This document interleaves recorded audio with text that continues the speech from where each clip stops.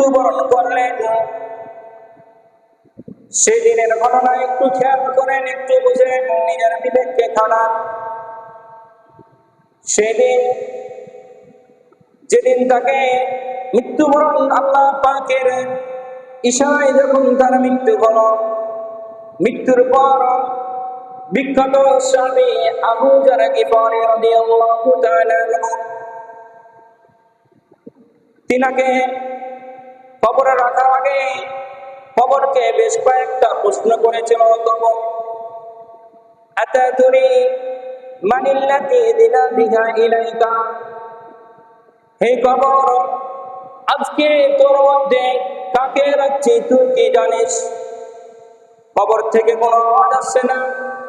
তিনি আবার কবরকে প্রশ্ন করলেন, হাদিহি সাইয়্যিদুন নিসা আহলি জান্নাতি ফাতিমা রাদিয়াল্লাহু তাআলা আনহা, হে কবর, তোর মধ্যে যাকে রাখছি তিনি হলো মহিলাদের সর্দার, তিনি জান্নাতের সর্দার, তাকে আজকে কবরে রাখা হচ্ছে। খবরদার, কবর তুই বেয়াদবি করিস না এই মহিলার সাথে। কবর থেকে কোনো আওয়াজ আসছে না, কোনো জবাব আসছে না। পরবর্তীতে আবু যার গিফারী রাদিয়াল্লাহু তাআলা আবার প্রশ্ন করলেন, হাদিহি উম্মুল হাসান ওয়া হুসাইন রাদিয়াল্লাহু তাআলা আনহুমা, হে কবর, আজকে তোর মধ্যে যাকে রাখছি তাকে হচ্ছে হাসান ও হুসাইনের মা, তার মধ্যে তোকে আজকে রাখবো। খবরদার, তুই বেয়াদবি করিস না। কবর থেকে কোনো জবাব আসছে না।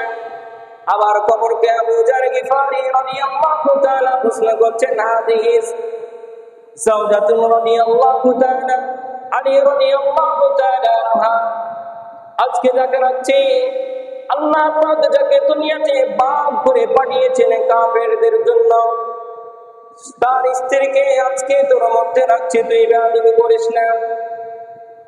আবার প্রশ্ন করলেন, হাদিহি বিনতে রাসূলুল্লাহি সাল্লাল্লাহু আলাইহি ওয়াসাল্লাম, হে কবর, আজকে যার মধ্যে আজকে তোর মধ্যে যাকে রাখছি তিনি হলেন সাধারণ কোন মহিলা নয়, বিশ্বনবী জনাবে মুহাম্মদ রাসূলুল্লাহ সাল্লাল্লাহু আলাইহি ওয়াসাল্লামের মেয়েকে রাখছি।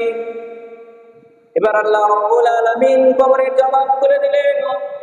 কবর থেকে আওয়াজ আসে, আনা বাইতুল যুলমাতি, আমি অন্ধকার ঘর। কবর হলো অন্ধকার ঘর, কোনো আলো নাই, কোনো বাতি নাই। কবর নিজে বলছেন, আনা বাইতুল যুলমাতি, আমি অন্ধকার ঘর। আনা বাইতুল দুদারি, আমি সাপ বিচ্ছুর ঘর। কবরে আল্লাহ পাক এমন এমন বিষাক্ত সাপ, এমন এমন বিষাক্ত প্রাণী দিয়েছেন, যেগুলো দুনিয়াতে যদি একবার নিঃশ্বাস ফেলত আপনার দুনিয়ায় ছারখার হয়ে যেত, ভস্ম হয়ে যেত, পুরে ছারখার হয়ে যেত। ওই প্রাণীগুলো, ওই বিষাক্ত সাপগুলোকে আল্লাহ পাক আমার আপনার কবরে রেডি করে রেখেছে। কবর আবার বলছে, আনা বাইতুল নফরতি, আমি একটি ঘর, আমার মধ্যে কোনো বংশের ক্ষমতা খাটে না, কোনো বংশের পরিচয় আমি দিই না।